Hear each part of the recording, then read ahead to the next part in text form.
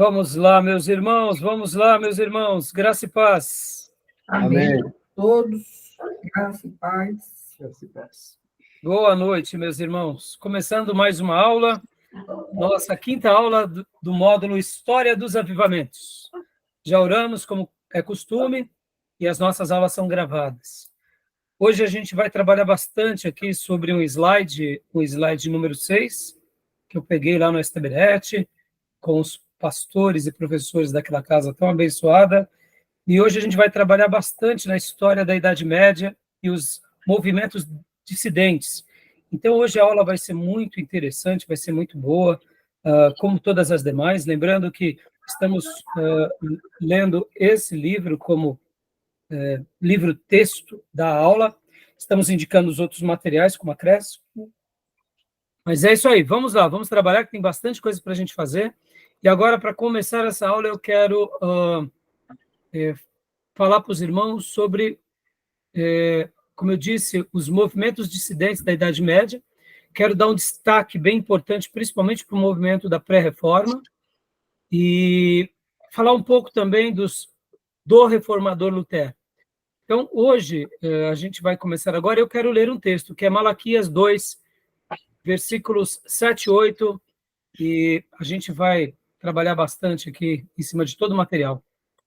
Estou bastante empolgado com esse assunto, com esse material, porque hoje nós estaremos resumindo praticamente 1.500 anos de história, porque da semana passada para hoje, nós trabalhamos principalmente durante até a quarta aula, mais voltado para a teologia do avivamento bíblico.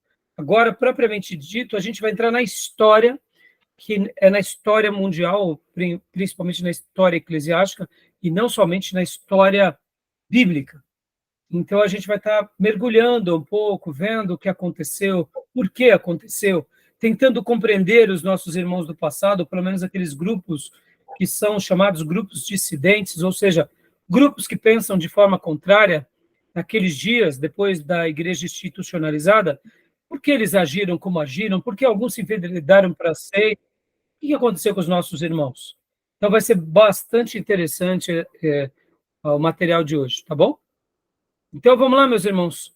Malaquias, capítulo de número 2, versículos de número 7 e 8. O irmão que quiser ler, pode ler para nós esse texto. Graças a Deus, pastor Gione. Tudo bem, pastor? Irmãos, elas passam. Malaquias, capítulo 2, versículos 7 e 8. Quem achou, pode ler para nós. Vou ler. Por favor. Porque os lábios do sacerdote guardarão a ciência, e da sua boca buscarão a lei, porque ele é o anjo do Senhor dos Exércitos. Mas vós vos desviaste do caminho, a muitos fizeste tropeçar na lei. Corrompeste o concerto de Levi, diz o Senhor dos Exércitos. Joia. Esse versículo é maravilhoso. O que Deus espera de nós, irmãos? Deus espera de nós que os nossos lábios estejam repletos do quê? Da palavra dele. E aqui pode ver que esse texto tão maravilhoso que Deus deu, né, ao profeta Malaquias, era uma chamada à consagração do povo de Deus, era uma chamada aos sacerdotes, e se os lábios dos sacerdotes têm a palavra de Deus, é porque, de fato, a boca fala daquilo que o coração está cheio.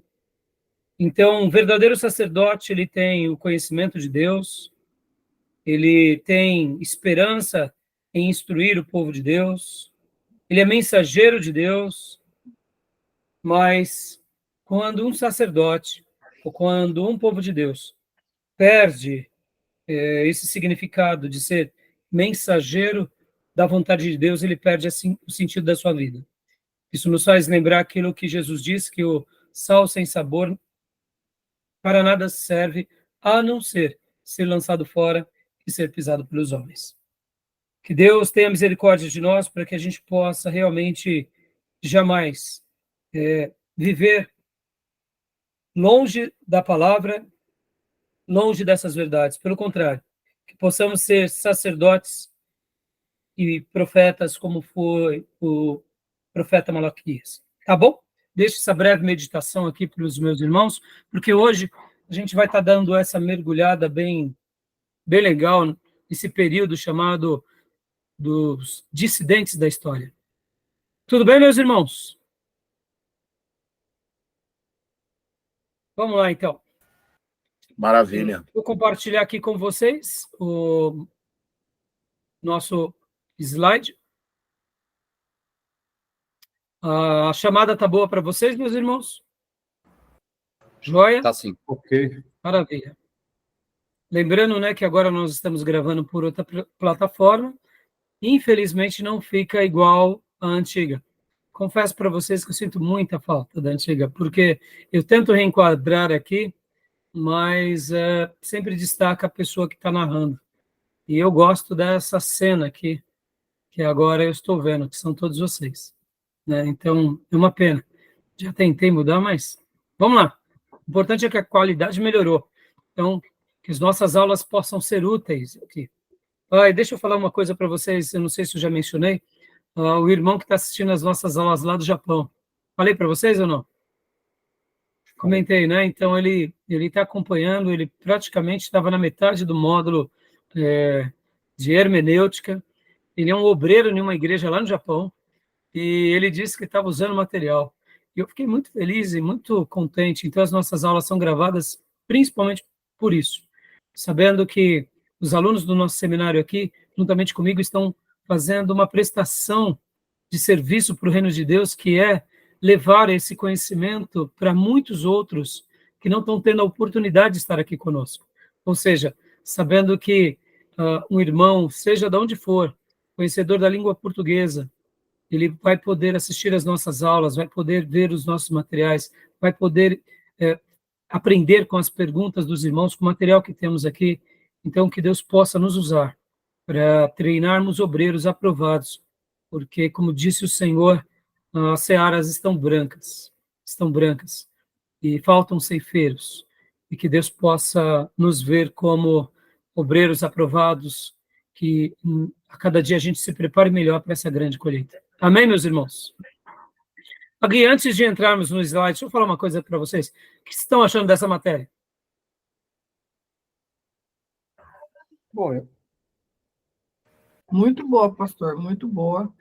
Teve um vídeo que eu assisti do Hernandes de Lopes, eu acho.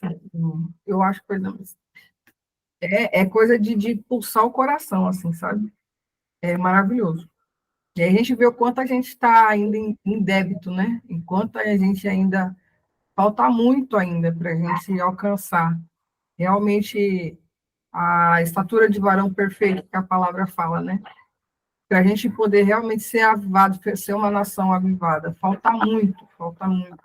Mas é maravilhoso, porque ver assim, o tanto de coisa que Deus faz por nós, e por amor, por cuidado mesmo, por misericórdia, é sem palavras. Que bom, filha, que bom. Fico feliz de saber. Júnior estava falando? eu vejo assim, a questão do avivamento, eu vejo como uma nomenclatura. Nomenclatura, por quê? Digo, vamos dizer como um rótulo, porque eu posso aplicar isso como o poder de Deus em tempos diferentes para pessoas que estão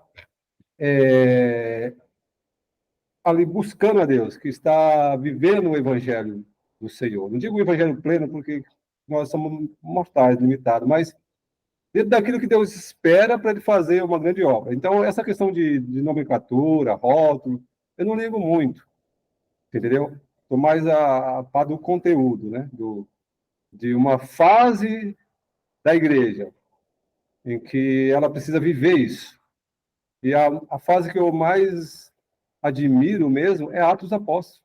Não tem jeito, nem Antigo Testamento. Atos dos Apóstolos é o Espírito Santo agindo de forma tremenda na igreja.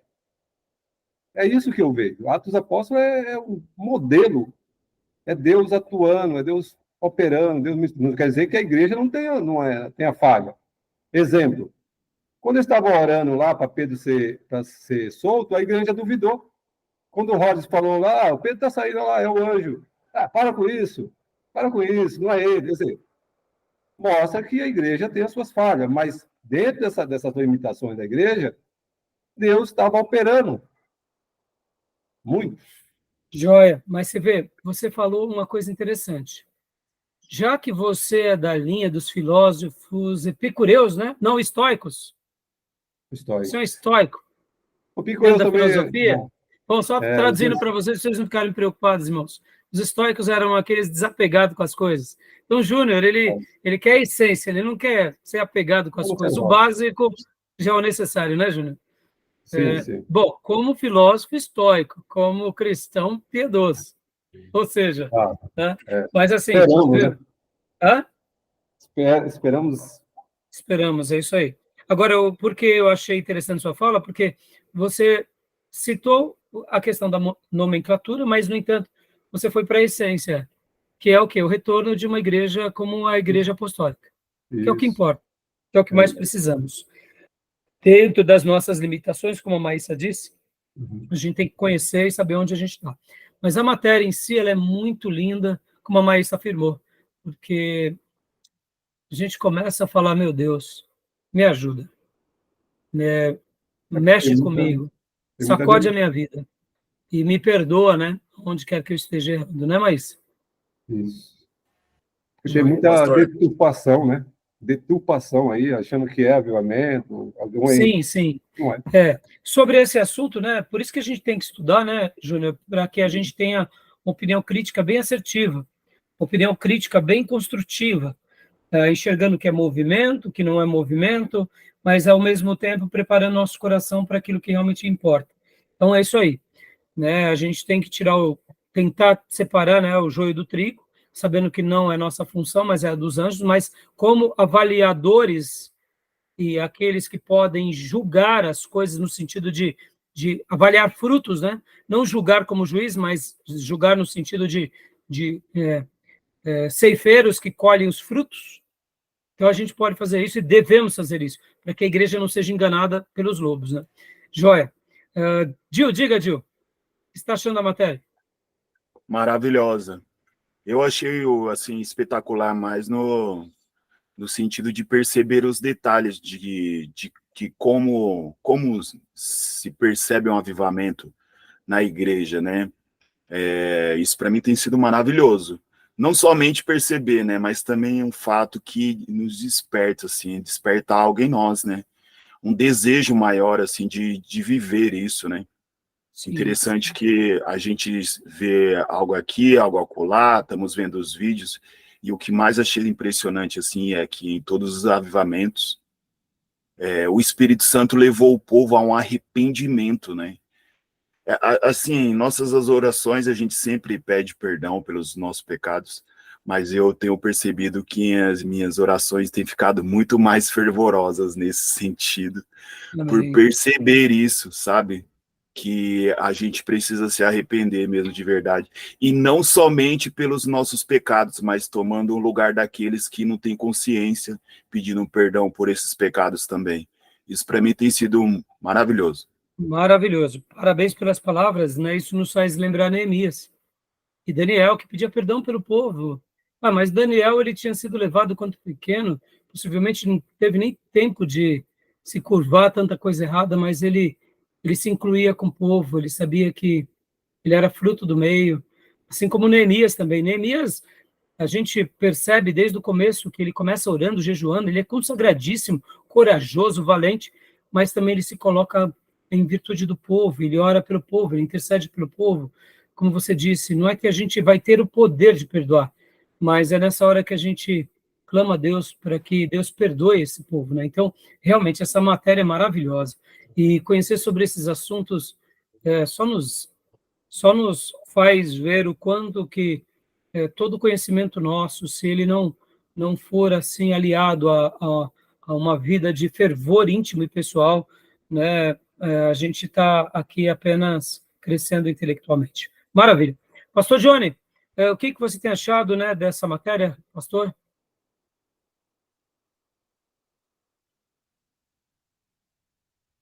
Pastor Johnny? Acho que a conexão dele está um pouco ruim. Tá parado. Para você está boa? Tá boa. Pastor Johnny, se você... A minha está falhando um pouco Está mais. falhando, então deve ser a dele também. O Gil, ele tirou a câmera porque aí funciona melhor. Não sei por que razão, né, Gil? Deve ser a conexão da região. Exatamente. Fale um pouco mais, dá para ouvir o senhor. Posso Pastor fazer Johnny? uma pergunta? Deixa eu só ver aqui, Pastor Johnny. Bom, não tem problema, pastor. O senhor estando aí, já fala, né? Não tem problema, eu acho que está com problema de conexão. Fala, Júnior, pode falar. Queria saber como que fica essa questão do renovo desse contexto, desse assunto. Renovo, tem a palavra renovo também, né? Espiritual. Sim, eu acredito que essa questão do renovo, Júnior, na minha concepção, ela nada mais é do que o avivamento pessoal, né? É a restauração pessoal do crente. Nós sentimos um renovo, nos sentimos revigorados, na semelhança de Davi, quando ele peca com Betseba, com Urias, comete tantos deslizes, e com Natã, ao renovo. Mas os frutos do Espírito Santo são marcantes na vida dele. Podem ver que todo filho de Deus que está indo para caminhos errantes, quando ele retorna, né, ou quando ele encontra, é um renovo. Jacó, por exemplo, era um sem vergonha. E aí ele tem o renovo dele, né? Ou seja, a quebra da ruptura daquela religião, daquela tradição. Lá no céu eu vou perguntar para Jacó, mas como você... por que você escolheu viver daquela forma? Me faz entender. Talvez seja o excesso de segurança, de saber que ele era descendente do patriarca, filho de uma promessa, eleito de Deus, eu não sei te dizer. Mas Jacó... Houve uma conversão, Jacó teve uma conversão. Mas a gente não pode dizer que antes, né, ele não tinha um certo temor, mas ele tinha um temor misturado com egoísmo, com vaidade, pode ver que tudo que ele faz, ele e a mãe dele, dando um somebody love, né, ao pai, ao irmão. O irmão era um demagogo, tudo bem, mas ele era um oportunista de mão cheia, e até quando ele foge, porque ele mente ao pai, ele engana o pai, ele demonstra sua incredulidade, porque ele tem que usar artifícios humanos para realmente fazer com que a promessa que é de Deus se cumpra nele, ou seja, é mais ou menos uma confusão, não dá para entender o que passava na cabeça dele. Né? No entanto, o que acontece? Até quando ele está fugindo lá em Betel, quando ele está em Betel, que ele tem aquela visão, ele negocia com Deus, né? Senhor, se o Senhor me abençoar, eu vou dizimar. Ou seja, é um atrapalhão, né?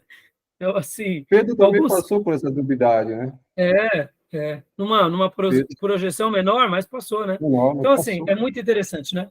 E deixa eu só fazer uma indicação aqui para vocês, meus irmãos. Hoje eu publiquei até no nosso canal o livro Por que Tarda o Pleno Avivamento, de Leonard Ravenhill. Fantástico, vale a pena também. É uma pérola. Por que Tarda o Pleno Avivamento, de Leonardo Ravenhill. Muito bom, muito bom, muito bom. Né? Então, assim, fica aí as dicas, porque o avivamento do País de Gales, que o nosso irmão Gil recomendou, realmente é extraordinário. Eu queria fazer só uma citação, que naquele livro é registrado, que aquele avivamento no País de Gales durou por volta de 2 anos. Menos de 2 anos, inclusive, segundo os estudiosos. Mas os frutos daquele avivamento se perduraram por gerações. E aqui fica uma coisa muito emblemática, e durante esses dias, depois que eu tive o acesso a essas informações e aquele material, eu fiquei tão impressionado, irmãos, como o Espírito Santo de Deus fez esse avivamento no País de Gales, usando vários servos dele, em especial um servo, mas o avivamento em si demorou por volta disso, de 1 ano e 8 meses, menos de 2, mas o fruto do avivamento perdurou por décadas e gerações. Ou seja, quando realmente Deus atua, fica uma marca de bênção. Então, ao pensar do País de Gales, a quantidade de pessoas que viviam naqueles dias, na virada do século XVIII para o século XIX, foi em 1903 e principalmente em 1904, que começa o avivamento lá no País de Gales. Então, nós entendemos uma coisa, que assim como Deus faz algo notável num país, eu quero acreditar que ele pode fazer numa denominação, numa região, como a gente comentou na primeira aula, tá bom? E são coisas que na história a gente vai aprender. E que Deus possa atirar fogo aqui entre nós e nas nossas igrejas também. Tá bom, meus irmãos? Então vamos lá para os nossos slides. Vamos lá? Hoje tem bastante coisa para a gente trabalhar e eu quero poder mergulhar em tudo isso com vocês, tá bom? Bom, vamos lá. Espero que o pastor Johnny consiga fazer o acesso, né? E agora eu vou compartilhar aqui com vocês esse material.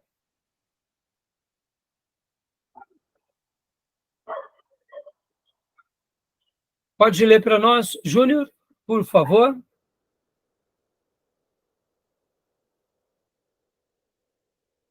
Movimentos dissidentes na Idade Média, Exato. grupos separatistas. Ou seja, grupos que pensavam de forma contrária. Deixa eu fazer um comentário aqui antes de qualquer coisa. Irmãos, temos que pensar iguais o tempo todo? Não. Não, O povo de Deus vai pensar igual o tempo todo? Acho que não. só no que é fundamental.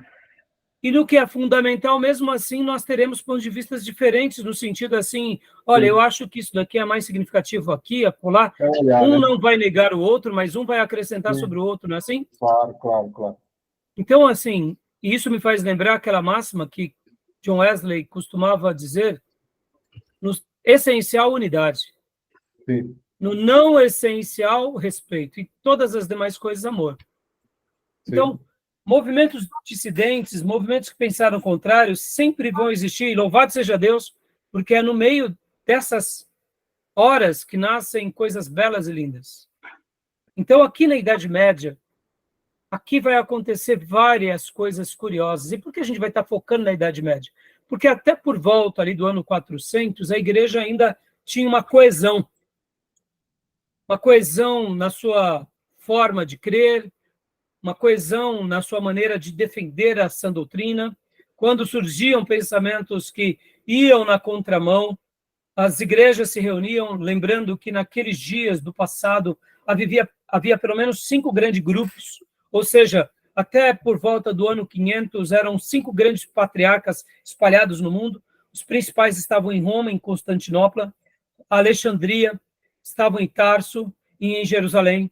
Então, ou seja, esses grupos, eles se reuniam, esses grupos, eles debatiam, os pastores argumentavam quando surgiu a questão ariana, quando surgiram outras questões, e aí tinha os concílios, e depois, então, foi se consolidando que o catolicismo ele ficou entre Oriente e Ocidente, sendo que no Ocidente era Roma e no Oriente em Constantinopla. Então, o que acontece, irmãos? Mas depois que a igreja passa a ser também um braço político, depois que Constantino oficializa como igreja oficial, mesmo depois da queda do Império Romano, a igreja passou a ser um braço também do quê? Um braço do povo, um braço do governante, ou seja, era onde o líder religioso levava esse povo ao governante. E assim havia uma certa influência política. E aí o que acontece, vocês já conhecem a história, sabem que o catolicismo ele vai se consolidando com os seus novos dogmas, e qualquer um que pensasse contra, a gente vai aprender aqui na aula de hoje, eles tinham, assim, literalmente, as suas cabeças na guilhotina. Não tinha opinião, não havia concílio, não havia nada. A institucionalização da igreja. Tudo começa com a institucionalização, mas a institucionalização ela só ganha força, né, Júnior? Porque também essa igreja institucionalizada se corrompeu. A gente não pode dizer que a culpa é só do rei. O rei ele é o líder político. Se ele é um homem que teme a Deus, o governo dele vai ser menos falho. No entanto, quando esse rei quer o controle do povo e esse povo com a liderança religiosa, essa liderança se corrompe, pronto, é a combinação perfeita do terror, né? E esse povo também é um povo que se deixa se levar, porque, querendo ou não, agora a gente vai estar falando um pouco sobre os movimentos dissidentes. Por outro lado, eu quero também fazer uma defesa a eles. Enquanto eu preparava a aula de hoje, eu pensava por que eles acabaram se enveredando, já dando um spoiler da aula. Muitos movimentos dissidentes eram repletos, apinhados de erros teológicos. Mas eu cheguei a algumas conclusões aqui. de alguns porquês. Então, a gente vai trabalhar, tá bom? Beleza? Pastor Johnny, tá agora, beleza agora? Pastor, espero que sim. Alguns desafios aqui, mas tô tranquilo. Se você quiser, pastor, desabilitar sua câmera para que você interaja melhor. Eu prefiro que deixe a câmera, mas o Johnny, o Gil, ele tem feito isso, tem ajudado. E já que o senhor está aqui, aproveitando, me fala, o que o senhor está achando dessa aula?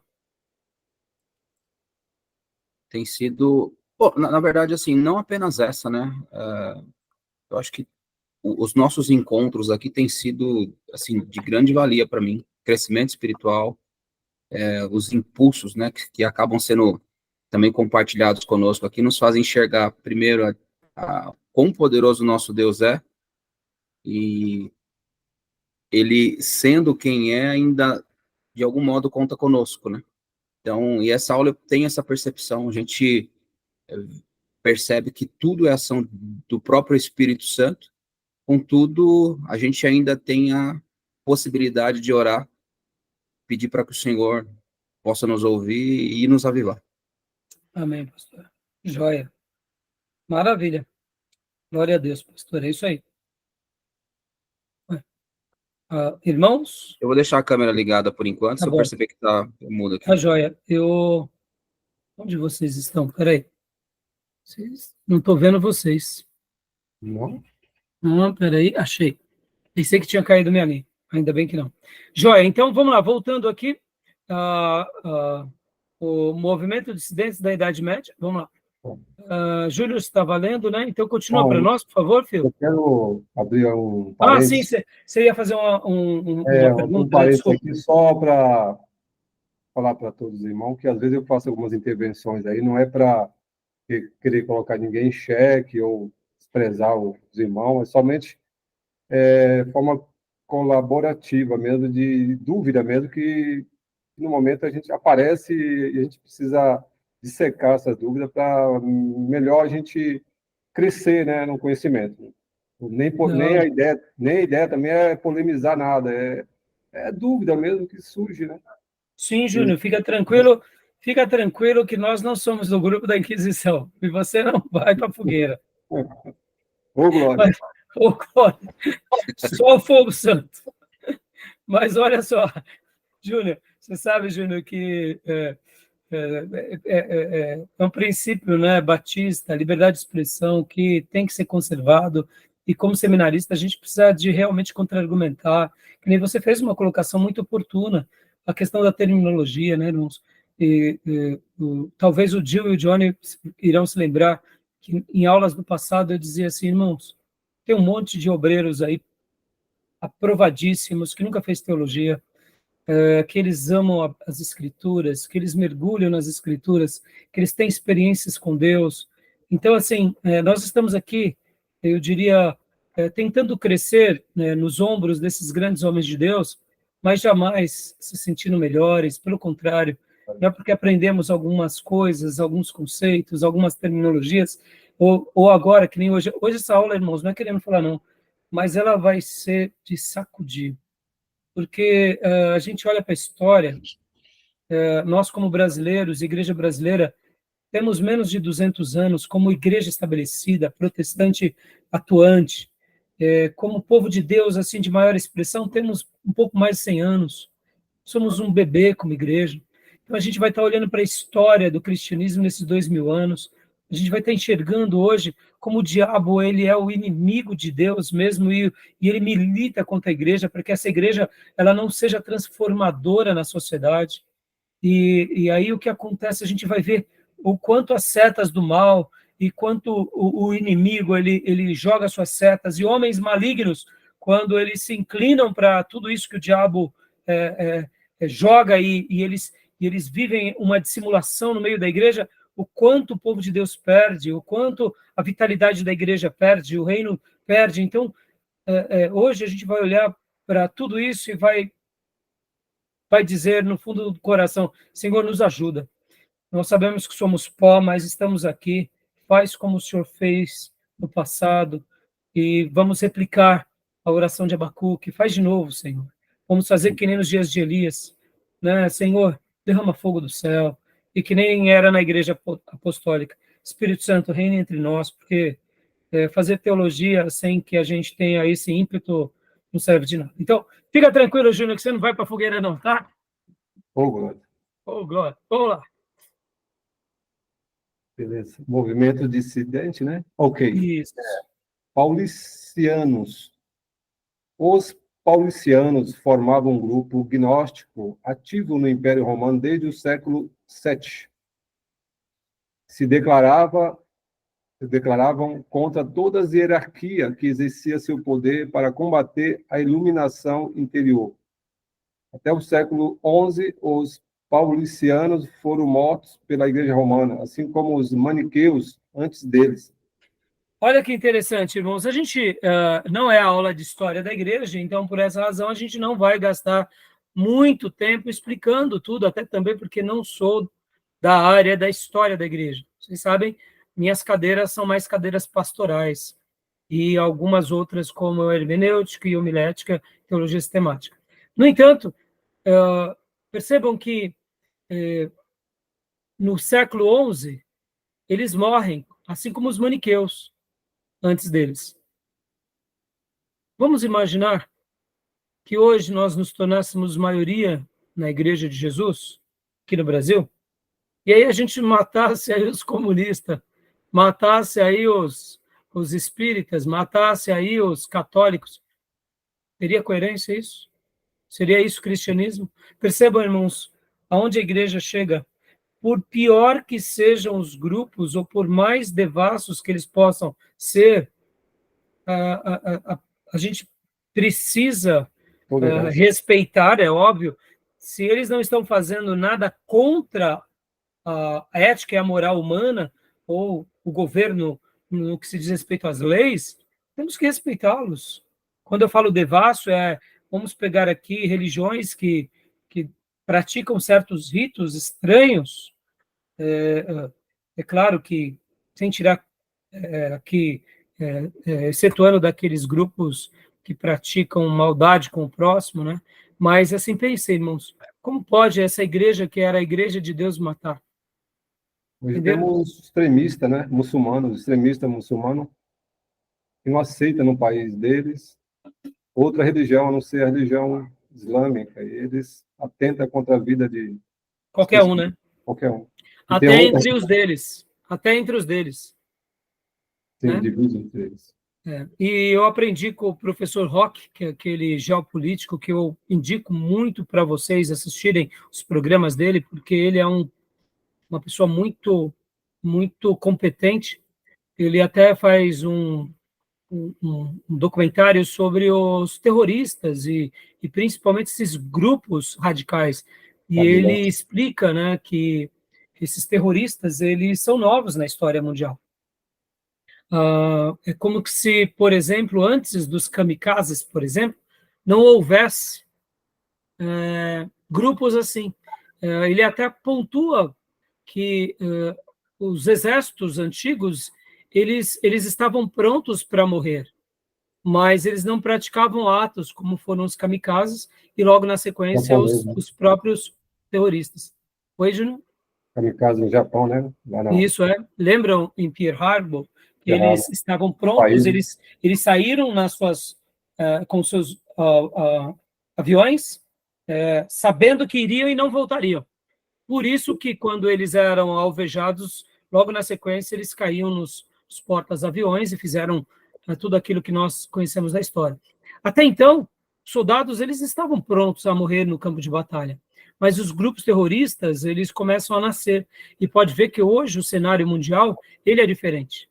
Existem os mercenários dentro dos exércitos, que são aqueles contratados para lutar por aquele país, mas não necessariamente eles são do país, mas mesmo o mercenário ele não quer morrer.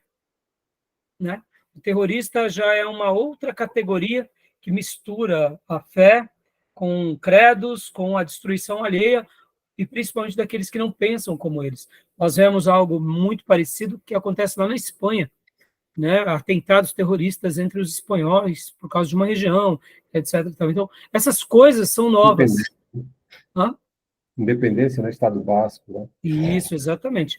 Então, assim, agora, voltando aqui ao pensamento, né? Os paulicianos, assim como os maniqueus, foram um grupo dissidente que se inclinavam mais para o gnosticismo e se declaravam contra todas as hierarquias que exerciam seu poder para combater a iluminação interior, porque, lembrando e recapitulando aqui, o gnosticismo nada mais é do que aquela filosofia onde, pelo conhecimento, você atinge Deus, né? Então, os paulicianos eram um desses. E agora vamos para o próximo Agostinho grupo. pertencia aos maniqueus, né?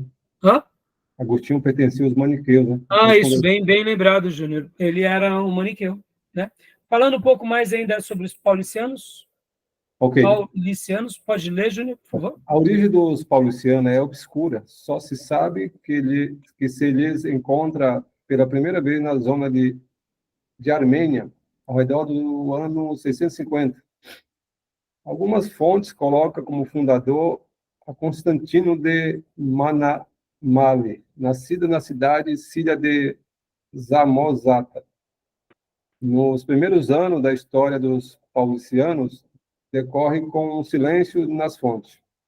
Suspeita-se que, nessa época, conseguiram uma audiência considerável na zona do Alto Eufrates e na Anatólia Oriental. Pode prosseguir? Por favor. Nessa época, seu líder era Sérgio, que levou a cabo uma importante política de proselitismo. Os imperadores da segunda época ionoclasta não diminuíram a perseguição para os paulicianos, o que lhes levou a fugir para a Armênia Oriental, controlada pelo califado Abássida, e fazendo causa comum com eles. É nesta época quando o paulicianismo adquire o tom maniqueísta, pelo que serão conhecidos. Afirmava que a matéria era obra de Satanás. E então, olha só que interessante, meus irmãos, aqui fazendo um breve comentário. Por que, quando nós vamos conhecer um pouco a história dos judeus, a gente sabe muito de muitos acontecimentos, por exemplo, os macabeus. Isso é comumente conhecido e citado, porque muitos povos, como foi o Império Medo-Persa, você tinha o acervo deles. O acervo, por exemplo, do Império Grego, as bibliotecas que eles construíram e as universidades, porque um povo que muitas vezes tinha religiões que não era uma religião tão bem estabelecida quanto era o cristianismo, porque você tem que lembrar que o cristianismo ele nasce em cima do solo do judaísmo, ou seja, por que um império grego você tinha tanto acervo, de tanto conhecimento, de tantas culturas, de outros povos e até mesmo religiões, e como agora na Idade Média a gente quase não sabe de nada? Por isso que é chamado também período das trevas, ou período Era das Trevas, porque, de fato, essa opressão religiosa, essa manipulação e essa maneira de se colocar acima de tudo e de todos, que é desumano, foi praticado por muitos líderes durante séculos, ao ponto de nem termos acervo. Na história, a gente sabe que países muçulmanos eles conseguiam conviver com judeus e com adeptos de outras religiões dentro do Islã. Mas no catolicismo medieval, não era possível essa combinação. Ou você era alguém que dominava sobre eles, ou nada. Percebe, irmãos, como isso é perigoso? Como é curioso essa ideia, porque... Então, hegemônica, né? Hã? Uma questão hegemônica, né? Exato, uma questão hegemônica. E não só hegemônica, mas é uma questão até tirânica, né, Júnior? Em Sim. cima dos outros, porque você pode ver que os judeus, no Velho Testamento, eles conviviam em paz com as outras nações que não queriam a destruição deles. Essa ideia que o Deus de Israel mandava matar todo mundo, não. Pelo contrário, você não vê Deus mandando matar a Etiópia, a África, a Arábia Saudita, os habitantes das demais nações. Pelo contrário, Deus manda até os seus profetas, como Jonas, pregar para os ninivitas. O que Deus faz no Velho Testamento é usar os seus profetas para que eles tivessem uma mensagem de arrependimento às outras nações. Mas, perceba, o conhecimento, a cultura, a liberdade sempre foi algo que Deus deixou para o seu povo. É claro que Canaã, como era o terreno de Deus, a casa de Deus e do povo eleito de Deus, Deus tinha deixado a sua teocracia, os seus livros santos. Mas se a pessoa não quisesse seguir aqueles termos, então ele poderia ir embora. Agora, Deus somente o castigava quando eram pessoas irretratáveis, que negavam as suas leis. E podem ver que Deus corrige, inclusive, seu povo, porque Deus é um Deus justo. Ele não é imparcial. Agora, na história do catolicismo, e aqui, irmãos, eu falo catolicismo porque isso é história universal, mas a história se repete, inclusive, conosco, né? Então, a gente tem que tomar muito cuidado com essa hegemonia. A gente tem que tomar muito cuidado quando somos a maioria, porque, mesmo sendo a maioria, precisamos respeitar aqueles que pensam de forma contrária. E uma pessoa só deve ser punida pelo artifício legal ou da lei do seu país quando ele quebra princípios legais, e principalmente os princípios de Deus, no sentido que a gente entende que a religião cristã ela vai dar um pano de fundo para que seja estabelecido muitas leis. No entanto, mesmo que em algum momento a lei de um país, né, pense com certas liberdades, como acontece, a gente tem que saber caminhar com muita sabedoria, temos que falar contra aquilo que não concordamos, mas jamais praticar maldades, né? Então, eu quis fazer esse comentário porque é um período que a gente não tem quase informação, a gente ouve muito pouco. Aí, por essa razão também, que eles achavam o quê? Que tudo que era da matéria era do Satanás. Ora, se a gente não pode nem argumentar, e esse mundo que a gente vive é um mundo que é dominado por princípios em que era a nossa morte, fica mais fácil de imaginar que a matéria de fato é má. É óbvio que ele já tinha uma ideia gnóstica, o gnosticismo já faz essa ponte entre tudo que é matéria é do diabo, é do mundo, é do pecado, e tudo que não é da matéria, que é espírito, é de Deus, né? Então, só fazendo um comentário, tá bom? Alguma pergunta? Tranquilo? Aquela questão, né, da ignorância, quando a gente não conhece, a ignorância por falta de conhecimento. A gente tem uma tendência a rotular que é do diabo, que não presta, que é ruim. Isso aí. Né? Gil, você ia falando alguma coisa ou outros irmãos? Não, pastor, tranquilo. Tá bom.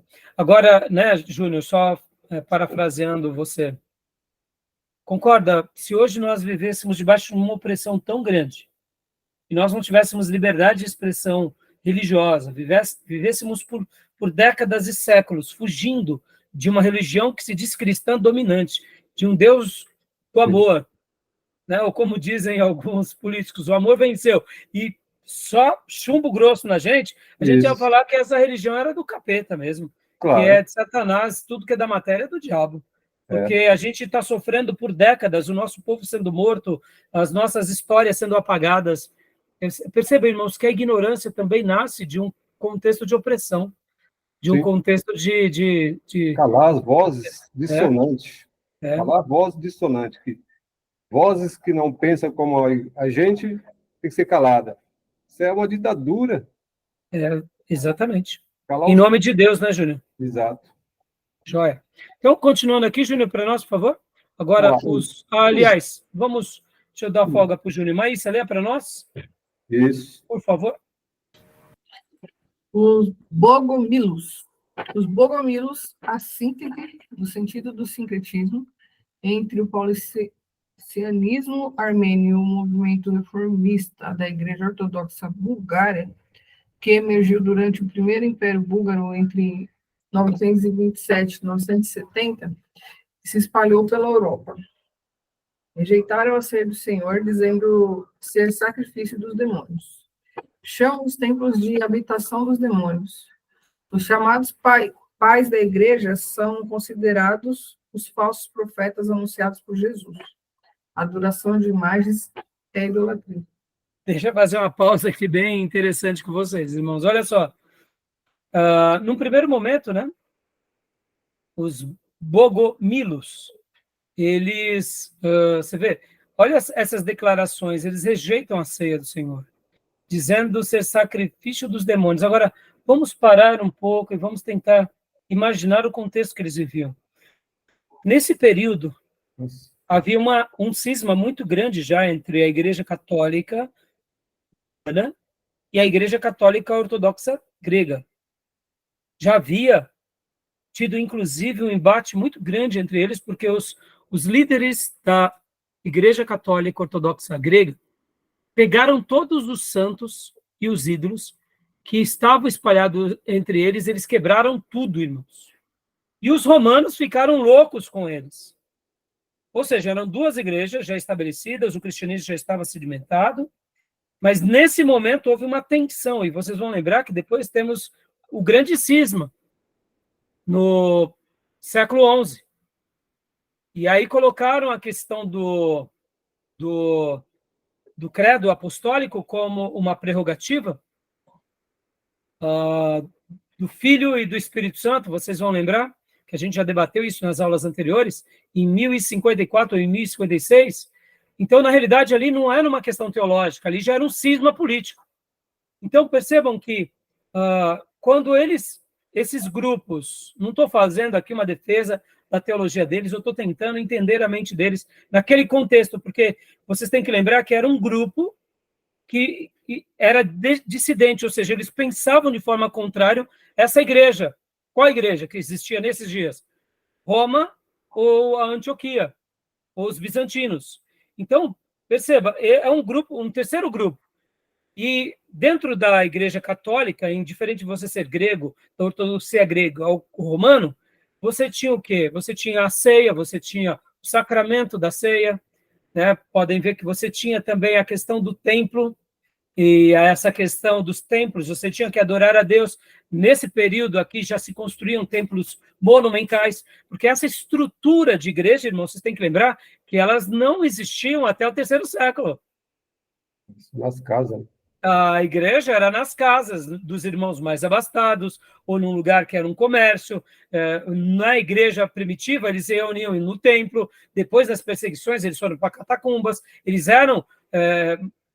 se improvisavam nos cenáculos, ou seja, nas lajes das casas. Então, havia uma reunião, havia um pastorado, era um grupo organizado, tinha levantamento de oferta, tinha batismo, tinha ordem, mas não havia aquela questão institucionalizada. Precisamos de uma parede, precisamos de um lugar para a escola bíblica. Qualquer lugar era lugar para se adorar a Deus, para se louvar, para se aprender de Deus. E o que acontece? Depois, com Constantino, essa prática ela foi o que? Se estabelecendo. E a construção dos templos se dá, em especial, depois da institucionalização. Então, pensem, né? Nos dias dos bogomilos, os templos eram suntuosos, as imagens, e, se hoje nós temos dificuldade de entender tudo isso, imagina eles.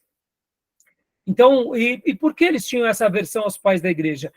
Irmãos, pensem assim, que na concepção deles, a Igreja Católica só se tornou católica, ortodoxa grega ou romana, por causa que os pais da igreja, e principalmente os novos dogmas, estabeleceram os critérios para isso. E vocês têm que lembrar que naquele período que a gente chama de patrística, ainda eles eram conservadores. Tinham algumas coisas que pensavam de forma diferente, sim, mas havia um certo respeito, havia uma certa concordância.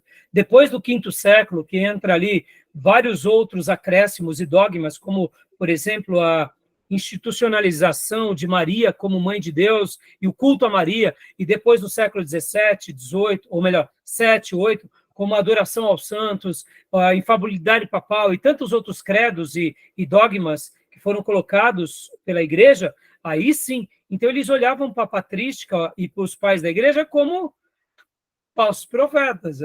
Até hoje a gente não vai falar que quem criou, por exemplo, esses dogmas são pessoas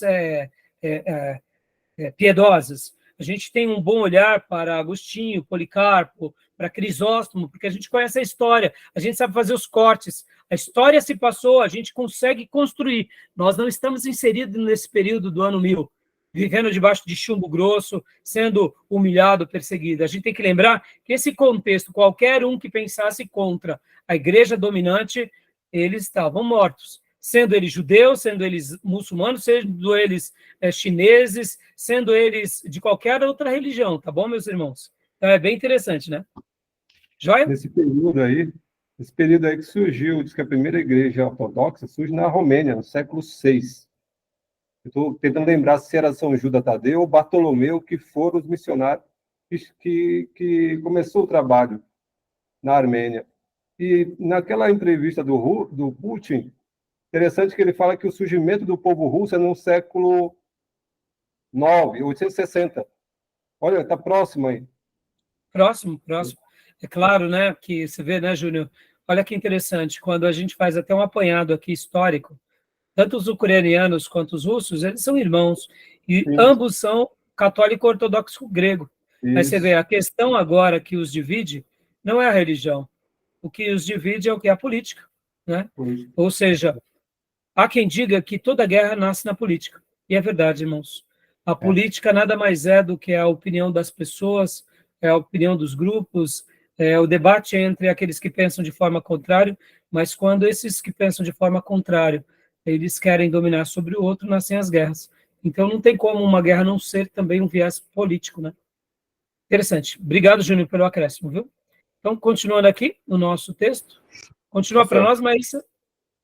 Sim. Pastor, A doutrina, Pois não. Desculpa, só tirar uma dúvida no slide anterior, só não ficou claro para mim se eles eram contra ou a favor de adoração de imagens. conta. Olha, eu entendo que contra, né? Pode Tá. ver que a adoração de imagens é idolatria, Sim. né? E então, assim, eles eram contra, tá? Então, por gentileza, Maísa, por favor. a doutrina dos bogomilos nega o mundo terreno e tudo que é matéria, pois esta é a criação do diabo, artífice da natureza que se encontra em todos os homens. Nega os rituais da Igreja Católica, os sacramentos, o matrimônio, o batismo, a liturgia, os ornamentos e a cruz. Os adeptos dessa doutrina não comiam carne, confessavam-se e absolviam-se entre si, constituindo uma comunidade fechada em si mesma, autossuficiente e questionadora dos valores morais e religiosos vigentes. Eles não aceitavam nem mesmo a veneração da cruz, porque era de matéria perecível, e tudo aquilo que tem esse caráter perecível era também recusado. Ou seja, eles eram quase os essênios da Da época, Idade Média, né? sim, tem uma semelhança. É uma semelhança muito, mas muito grande, né, meus irmãos? Tudo Ô, bem pastor, até aí, meus irmãos? Pode falar. Pode mas falar, eles tinham como base, a partir do que eles criavam essas doutrinas? Qual que era a base da doutrina deles? É bem fácil de... Bom, me entenda, tá, Gil? Eu não sou especialista da área, nem do tema, e então, assim, a minha opinião pode estar até errado, tá? Mas eu acredito que tudo isso era aquela maneira em que eles queriam servir a Deus, mas eles viam que aquela igreja que era dominante fazia tanta coisa do mal na perspectiva deles, que logo eles admitiam o seguinte, que, pode ver, ó, nega o mundo terreno e tudo que é matéria, pois esta é a criação do diabo. Eles não conseguiam entender como um povo de Deus, que se diz de Deus e do bem, pratica tanto mal, me mata. Como alguém que, em nome de Deus, me manda matar. Logo, se Deus criou alguma coisa, ele cria, mas tem alguma coisa que está desajustada aí, e por isso o diabo está reinando. Seria mais ou menos isso. Pode ver que, nesse contexto, ele, pois esta é a criação do diabo, o artífice da natureza, que se encontra em todos os homens. Ou seja, não é possível, o diabo que está reinando. Então, assim, não é Deus. Se fosse Deus, seria de outra forma. E aí, pode ver que aqui eles já fazem uma denúncia contra a igreja. Fazem uma denúncia e acabam tendo uma vida, muitas vezes, de abstinências, pensando que isso poderia ajudá-los. E pode ver que até mesmo questões mais simples, e que nem há pouco eu falei, que a igreja ortodoxa grega, eles queimam os ídolos como um protesto à idolatria. No entanto, dentro do pano de fundo dos católicos ortodoxos gregos, irmãos, só para vocês terem uma ideia, lá no catolicismo ortodoxos gregos, o líder supremo é chamado patriarca. Os padres casam, e o que acontece? Somente que não casa aquele padre, no caso, que ele deseja uma liderança entre os padres, que seriam os bispos, né? E esses bispos que foram separados para cuidar dos padres e das igrejas, entre eles é eleito sempre o patriarca. Então, o patriarca, quem é? É o líder entre eles, não é o papa. E detalhe, dentro do patriarcado, eles sabem que eles erram. Ou seja, eles têm uma linguagem muito mais próxima a nós cristãos. A questão da imagem, eles abominam. Por outro lado, olha só que interessante, eles têm o quê? Eles têm quadros, mas os quadros são literalmente representativos. Pastor, isso daí é uma aberração para nós. Quer ver um exemplo, irmãos? Nas nossas igrejas, na nossa escola bíblica, as nossas crianças não têm desenhos, não têm ali a fotinho de Jesus? Sim. E por essa razão, os nossos professores de escola bíblica ensinam para as crianças, olha, agora beija que essa é a fotinha, se ajoelha para ela, ora para ela, é assim? Sim. Então, podem ver que nós convivemos com uma certa, eu diria, aversão a certas figuras, mas se nós tivéssemos um pouco mais de maturidade, não teria nenhum problema ter algumas figuras. Se o povo, por exemplo, protestante fosse mais maduro, ter por exemplo, uma foto de Moisés, não teria nenhum problema. Até porque a gente imagina Moisés, Paulo, etc. e tal, e não teria problema ver Jesus. O problema é que, nesse contexto do pano de fundo nosso idólatra, porque somos ocidentais e somos influenciados pelo catolicismo apostólico romano, aí sim, tudo vira paganismo, inclusive a cruz, sem Jesus pendurado. Um dos maiores símbolos para nós é a cruz, né, irmãos? É a cruz, tá bom? Então, meus irmãos, beleza? Joia, Gil, expliquei ou não?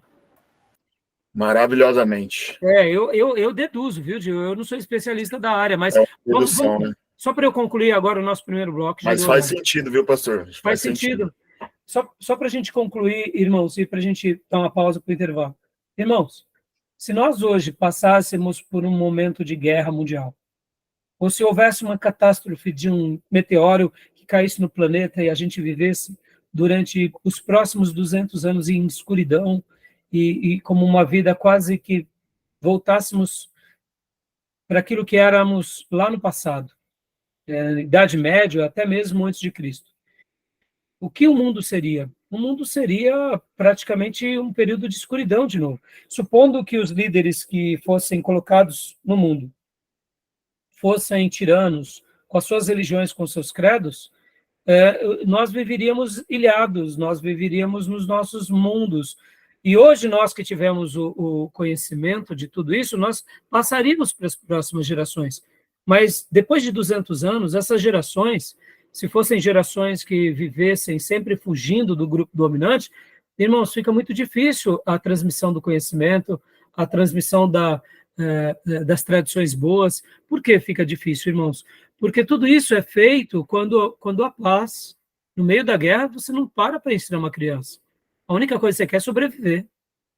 E esse período são períodos de intolerância, são períodos antagônicos, são períodos intransigentes com qualquer um que pensasse contrário. Então, por isso que a gente olha para esses grupos dissidentes com muita compaixão. Porque é fácil a gente falar assim, mas como pode um pastor ter pensado assim? Ora, ele não era como nós que tinham acesso de tudo isso, eles chegavam às informações picadas, nem a literatura eles podiam ter livremente, porque tudo passava pelo critério da Igreja Católica. Então, ou seja, era um período de muita escuridão. É sincrético, né? E esse grupo é sincrético, eu entendi. Sim. É sincrético, ele excluiu muita coisa da doutrina católica, absorveu algo da Igreja Apostólica, alguns pensamentos gnósticos, e desse sincretismo produziu essa gama de credo, de doutrina. Exatamente. Né? E, para a gente só concluir, por essa razão, que são grupos dissidentes, como que eles vão viver um grande avivamento se eles estão vivendo no meio desse sincretismo, dessa bagunça? Só de serem dissidentes, desses que já viviam num erro teológico, já era algo, eu diria, muito corajoso da parte deles. Não estou dizendo que era correto, mas você ser uma voz contra aqueles que pensavam contra você, sabendo que se você fosse contra eles, você era bruxo, você era morto, pelo amor de Deus. Né, meus irmãos? Tá bom? Tudo bem até aí? Ok. Joia? Então tá, joia. Deu horário. Então, Faltou vamos um lá. minuto. Vou parar a gravação Beleza. aqui e a gente vai ter o nosso intervalo e voltamos daqui a 5 minutos, tá bom? Beleza. Fechado. Beleza. Combinado. Fechado.